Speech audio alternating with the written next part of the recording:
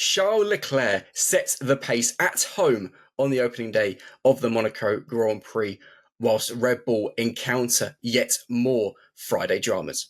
From RacingNews365.com, my name is Nick Golding, and I'm joined, as always, by lead editor Ian Parks, who is basking in the sunshine. Ian, we've got to start with Red Bull because it's becoming a little bit of a thing now of them encountering quite serious Friday issues. I mean, it went to the extent today of Max Verstappen over the radio, and I quote, "I'm jumping like a kangaroo, man. I'm getting headaches. It's crazy." Interesting wording, to say the least, but another really worrying day for Red Bull, where the likes of Ferrari and Mercedes have looked actually pretty good.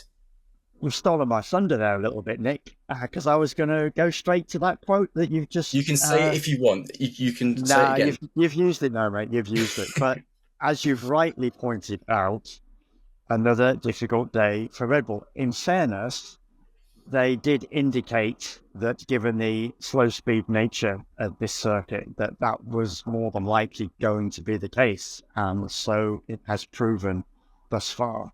Tricky FP1. Max not happy in that session at all. Changes were made going into FP2, and the quote that you've just come out with, Max bouncing around like a kangaroo. Not happy once again with that RB20. Still fourth quickest at the end of FP2. So he's still there or thereabouts, but it's not the there or thereabouts that we fully expect from Red Bull, even coming out of Friday practice, because ordinarily those guys, and Max in particular, are at the top of the timesheet. That's not the case. So again, as witnessed at the last round in Imola, just last weekend, of course, they are not where they want to be. However, we have to caveat that, of course, by saying that Max was still on pole at Imola and he still took the race victory. It was far closer than Red Bull could ever have anticipated in Imola. Will it be the same again? Tomorrow, Saturday qualifying, is going to be the asset test, because you put that car on pole here around the tight Principality streets, just over 2 miles long, this circuit. Pretty much, if it's going to be a dry Sunday, you would expect to come out with the Grand Prix victory. So a lot for Red Bull to unravel going into Saturday qualifying. They most definitely, right now at this stage, have a hell of a fight on their hands, in particular because Charles Leclerc is looking, dare I use the word, magnifique around the streets of Monte Carlo so far. This is his home. This is where he was brought up. He has, of course, put that Ferrari on pole twice and failed to convert that into a victory. Once, of course, when the car suffered an issue on the warm-up lap to the grid. Once, of course, that the situation unraveled over the course of a Grand Prix weekend when rain came and hit, and Ferrari just completely adopted the wrong strategy. If he's on pole tomorrow, will it be third time lucky for him? As we say, he's looking like the man to beat, though, going into qualifying. Of course, though, when we talk about Red Bull, last weekend, Max put in arguably one of his greatest qualifying performances and race performances, as voted by our readers, funnily enough, to claim pole of the victory in Imola. Looking ahead, though, to this weekend, do you think there's more alarm bells going off at Red Bull because being Monaco and how difficult it is to overtake? We saw those alarm bells initially going off in Miami when Red Bull suffered pretty much a straight fight defeat, despite the damage sustained to Max's car when he ran over that bollard, of course, and then at that circuit. Then, of course, yes, took on a new level around Imola, even though he did claim pole, even though he did claim that victory. But of course, the margin of victory was less than a second to McLaren's Lando Norris. But they would have seen signs there that they are now being comprehensively challenged, or more challenged than most certainly at any other point since these regulations were introduced at the start of 2022. Monaco is a very different circuit. It's a circuit where all teams up and down the grid bring a specific rear wing to this track.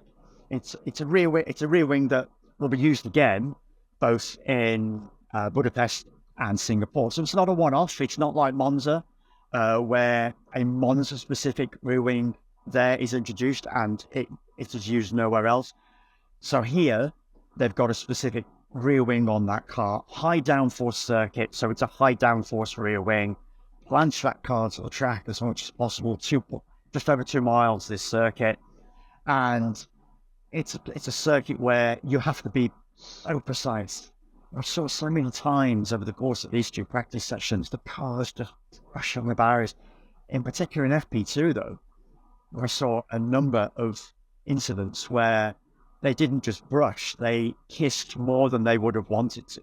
Those barriers, Max being one of them, coming out of 48, slap the barrier there with the left rear of that RB20. So in terms of those alarm bells, they will most definitely not be happy with what they're seeing so far.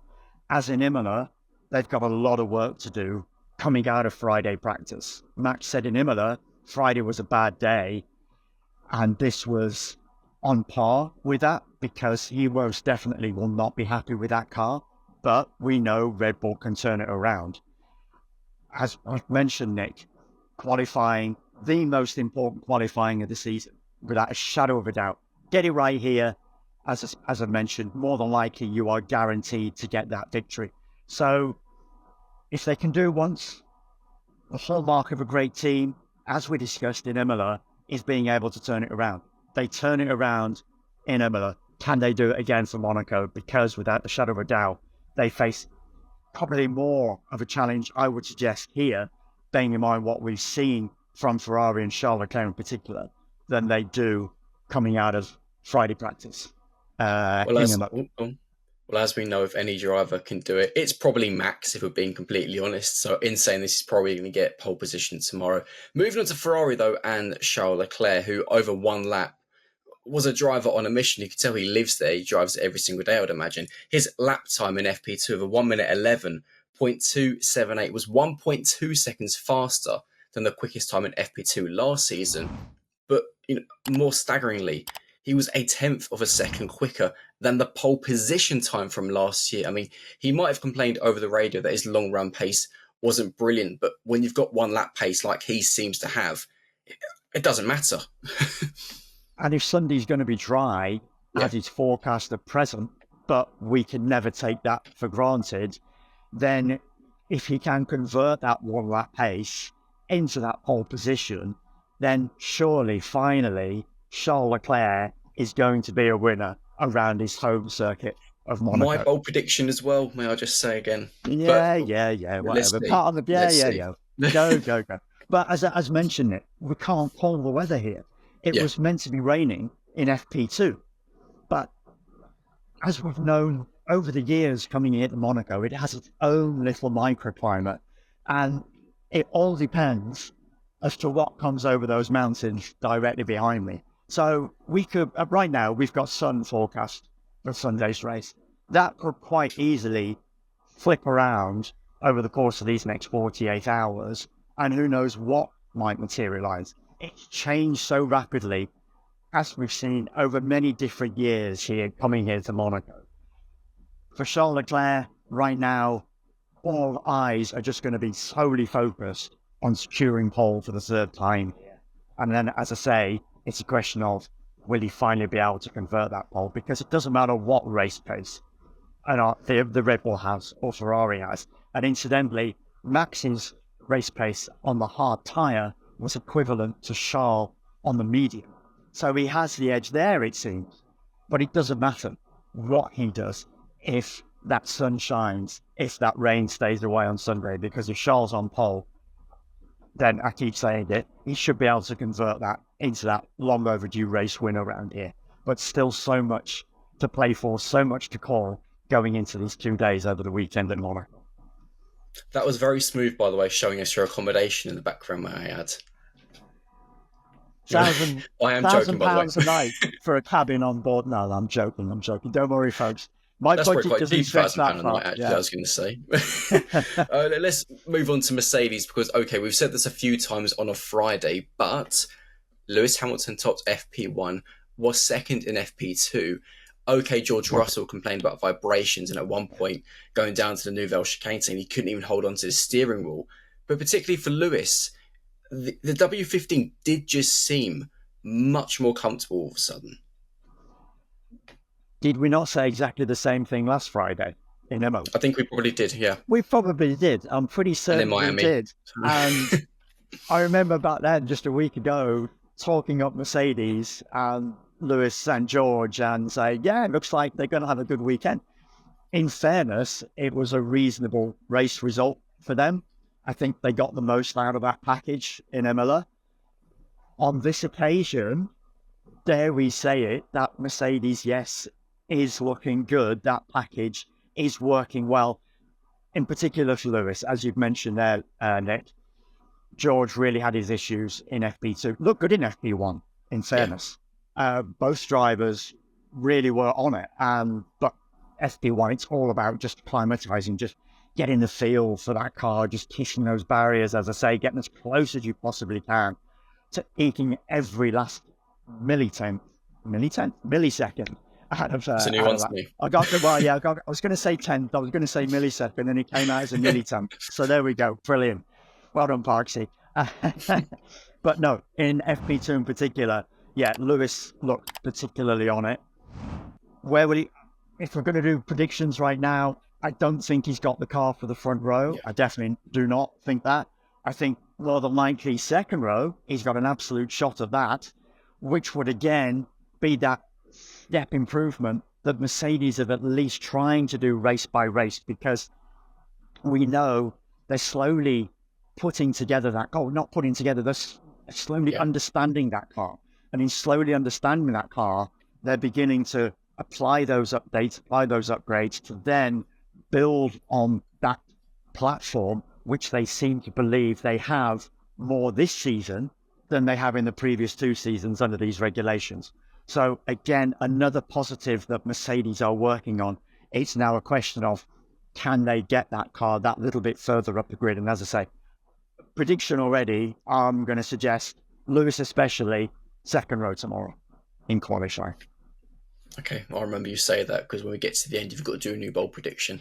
Let's talk about McLaren, because going into the weekend, they were the team we were talking about as probably Red Bull's biggest rivals this weekend. Do you think today, because they kind of didn't show race-winning pace or pace for the front row, do you think it was just a case of they weren't showing their true colours? I think definitely in FP2. And we know in particular that Oscar Piastri did not use the soft tyre. Yeah. As we discussed before we came on this show, that was probably more a case of that the softs were used in FP1 because this threat of rain was coming for FP2, that they thought, right, let's try and get as many laps under our belt, get as much soft running under our belt for FP1. As we discussed with the weather, that rain never materialised for FP2, and so that probably caught some of the teams out a little bit in terms of, what running shall we do? We know, I think I'm right in saying, neither of the stake, neither of the RB was the soft tyres as well in FP2. So that gives you some idea as to the fact that they were caught out just that little bit. So yes, I do think there's plenty more to come from that McLaren. It did look pretty mighty in FP1, and as I don't think they got the most out of it in FP2. Lando, 1 or 2 little mistakes here and there, but that's what Monaco is all about. It's absolutely finding the limit of the car in these practice sessions to ensure that when it comes round to the key crunch time in qualifying, that you've absolutely got it set up to the max, and in your mind you are so focused on where you are able to gain every last ounce out of that car and kissing those barriers as much as you possibly can. And just a final talking point, Aston Martin, the team who have kind of disappointed a bit this season, if I'm being completely honest, have shown a really positive pace today. Alonso in 3rd, Lance Stroll in 7th. Are Aston Martin starting to find their formula, or are they starting to understand the car a bit better? from everything that's been said so far coming into this weekend, yes, and that certainly looks to be the case. Whether it's got the pace, though, for this circuit to be in the top 3 rows on that grid, I don't really think so at this stage. I do think we're looking at the Ferraris, the McLarens, the Mercedes, and certainly one of the Red Bulls to occupy all 6 of the grid positions. So I think we're looking, Aston, certainly at this stage, being at the front of that midfield. So we're probably looking rows 4 and 5 at best for them at this stage. But obviously, we'll find out all this tomorrow because Monaco is arguably, the most exciting qualifying session of the year. So with that in mind, you did give us a prediction earlier. So I'm going to be kind. I'm going to let you off the hook. But I've not given mine yet. And I'm going to say Max Verstappen is going to win it or bin it. And what I mean by that, obviously, I think he's either going to put it on pole or put it in the wall. Something about, I think, Max against Leclerc, I think it's just going to be we saw last year it was Alonso against Max, and what a final minute of Q3 that was. I think we could see a repeat on Saturday. Before I let you go, Ian, I've got some fun facts for you that you may not know. And for this to come true, we do need the help of our RacingNews365.com viewers. Today is Friday. At the time of recording this is 7 p.m. British summertime. On YouTube, we are 130 subscribers. Sorry, should I say it's not Instagram, it's YouTube. 130 subscribers away from 4,000 subs on YouTube. But, and I don't think you know about this one, we are only 35,130 views away from 1 million views on the channel.